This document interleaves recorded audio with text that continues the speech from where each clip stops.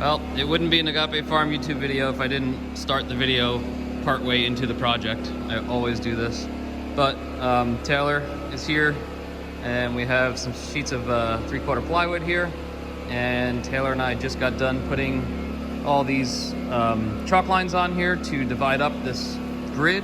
And now we went every other cross line and put a little mark, and we're drilling holes in a random, well, not a random pattern, I shouldn't say that. That is one way you could do this.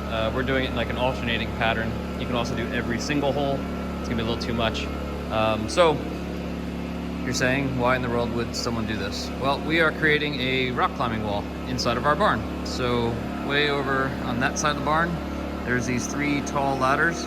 We're gonna move those, and then we're going to make that a rock climbing wall with a little blade device to obviously make sure you don't fall, and probably put a mat at the bottom as well, just in case. So to be 16 feet tall, I'm gonna take the top portion and slope it, so it makes a little ceiling, be a little harder to navigate, but that's what we're doing. Why are you all bundled up? It's cold. It's not that cold. I had the heat on in the barn. I'm not torturing you. So anyway, we're drilling the holes now, and now that I've remembered to make a video about it, we'll take you along on the process.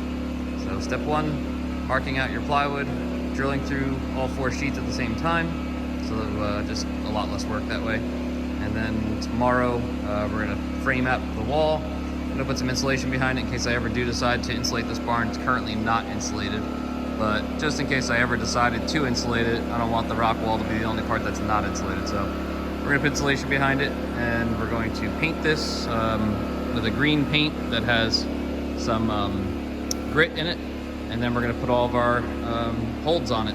So here we go. With all the holes drilled, the next part is to put in the T-nuts. So we have this T-nut, got these spikes on the back of it, and a threaded 3/8 bolt in the center. And Taylor is driving them in right now.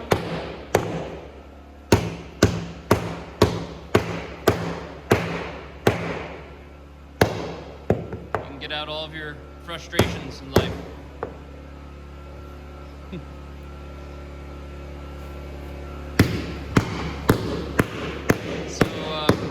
One thing that you will notice is that it's only a 3-inch spacing here versus the 6.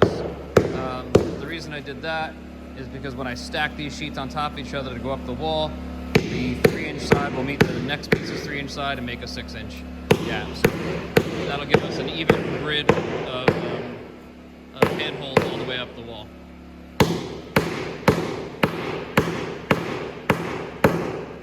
Did choose to go with 3/4 inch plywood instead of OSB. OSB was cheaper, and in some ways is actually more dense and maybe even stronger than plywood, but it does chip out a little bit and create splinters and stuff. So at least with the plywood, you have a nice smooth surface to paint, and you're not going to get splinters. And also, you know, moisture issues. OSB isn't great. So on sheet number 1, we'll have 5 sheets total, and it's gonna be a while. Oh, make sure when you put these in, let me just show them while you're not banging real loud. When you put these in, they have to sit nice and flat on the plywood. Like this one right here, let me see, is a little crooked, and when we go to put the handhold from the other side, the screw won't line up. So you have to make sure it's perfectly flat with the surface of the plywood. All right, see if you can whack that one flat.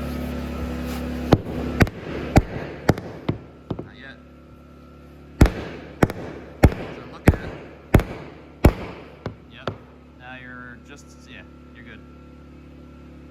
So when it's tilted, you want to hit this side to make it more flat, right? All right, keep trucking. Update on rock wall construction. We got our plywood over here, all drilled out, and I'm done framing. So I've got 2x6s that go all the way up. Those are 20 footers. I just got to extend. We decided to go all the way to the top, so I'm going to extend those another 4 feet to reach the peak, and probably go from there actually on an angle out to the first truss in and create a little overhang. But that's for a future time. I want to get the lower part done first. So all the studs are in, and I've got rock wool. I'm putting the rock wool with a gap behind it, large gap. I just want to stop the heat from radiating from this into the building. So this rock wool should serve that purpose. And I left it off the ground at the bottom, so it should, and I'm gonna leave the plywood off the ground at the bottom too. So it should actually draft in some cooler air down below and rise up through and then come out the top. And that should really help to keep the heat from hitting this wall. It's red on the outside, and it soaks up a lot of heat.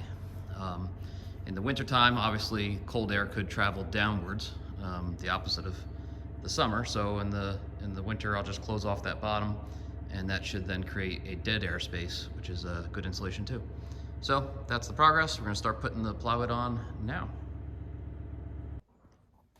Some more progress on the rock climbing wall. We got 20 feet worth of wall up now. Goes up to the top. It'll eventually be, I guess, 22 feet or 24 feet to the peak. I just got to put another sheet of plywood up there, but it's gonna wait. I don't really need to go all the way up there. I did, as I think I mentioned previously, insulate behind all of this, just in case in the future I end up insulating the whole barn. I would hate that this would be the only place that's not insulated, but anyway, all painted in our farm green, and all of our T-nuts are inserted. Yeah, get closer, you can see the pattern. So we're a foot spacing on a staggered pattern. I'm not sure really if that was necessary or if I could have just done a square grid. I don't really know. Never really built a rock wall before, but did a little bit of research, and that seemed to be a pretty common thing to do. And we did a pretty tight pattern, so you'll be able to screw in your handholds just about anywhere you want. So next step is I'm gonna put a piece of trim on the sides here and there. I'm gonna put some LED lights shining on it because I'm extra like that. And then finally, I'm gonna connect a beam up here to create the anchor point for the rope and the belay, and we're all set. So hopefully next video we're putting the handholds in and attaching the rope.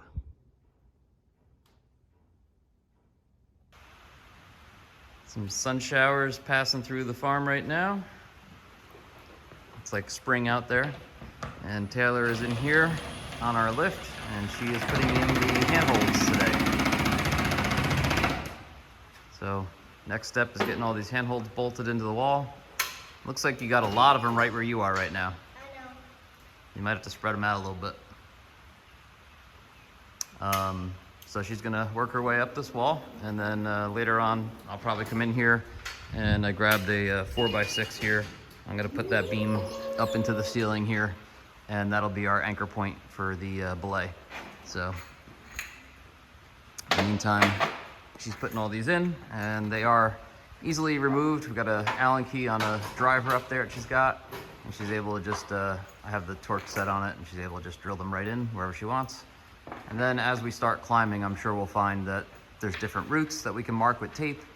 And we also probably are gonna find that we're gonna wanna move around some of the handholds. Maybe they're not exactly where we want them, or it's too easy, or it's too hard, or whatever it may be, so.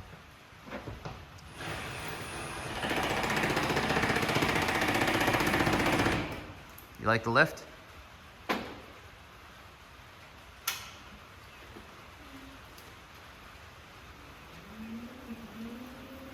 Kind of nice to be able to just go up and then move back and forth across the wall. This will be nice as we plan routes as well. You'll be able to just kind of go up on the lift and plan them out, and then try and climb them. So overall, having this lift has been tremendous for everything, actually. Obviously, I didn't get the lift to have a rock wall. It was a lift that I got for, I want to say, 800 bucks way back, maybe 10 years ago. It was had some electronic problems. I was able to put in some new relays and electronics and got it working. Brand new, they're about I think this is $23,000 brand new, this lift. But it's great for our warehouse shelving in the barn. You're able to just ride along the shelving here and go up and get what you need and come back down. So that's what we mainly use it for, but man, is it nice to have for a rock wall as well.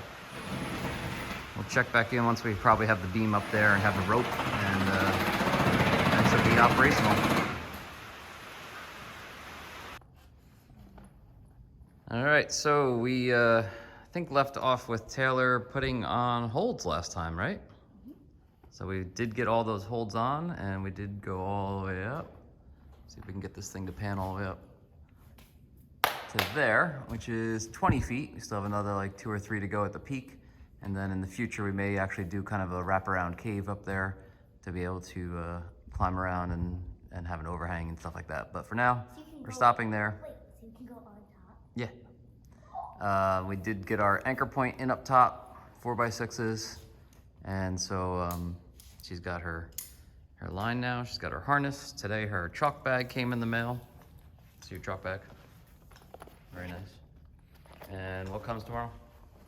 No, shoes. Yeah, tomorrow? Yeah, tomorrow. So shoes come tomorrow. She's got her sneakers on right now.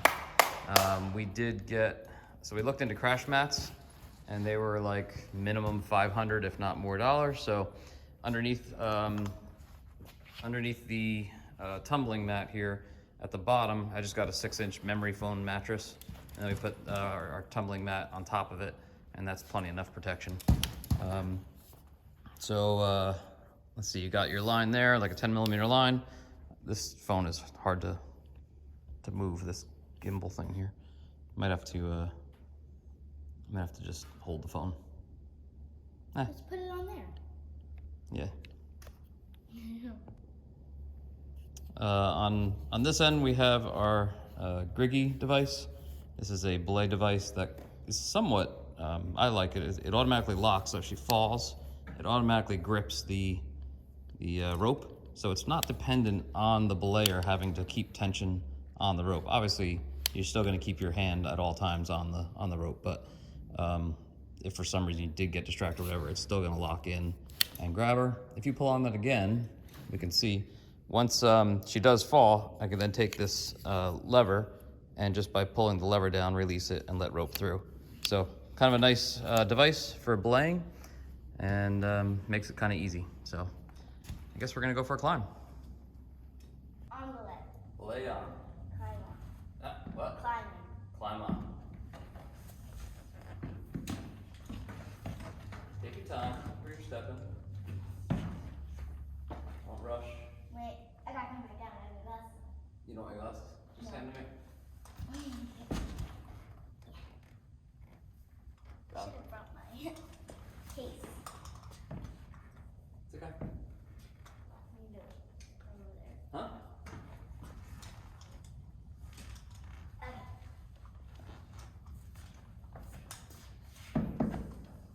Ooh, this is a slide. I get stuck. Please go over.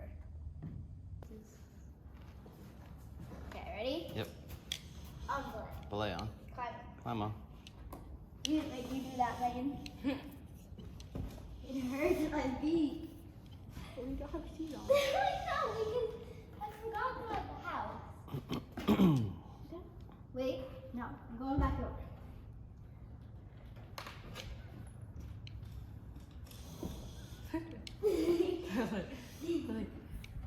You look like a professional rock climber, and then you look at your feet. What? You look like a professional rock climber, and then you look at. Okay, I need more chalk. I don't know why it's not getting in. Valley on your thigh. It's so slippery. Why is it so slippery? Everything's so slippery right now for some reason. Okay. Probably because it's hot. It's all sweaty. You gotta put a bell up there. No, it's up now. No, we're gonna put that was easy button. Oh, yeah. Hunter has a button that goes, that was easy. Whee! Now it's tough. Okay. Ready? Yep. Too Whoa, that was fast? I'm doing it one-handed, so.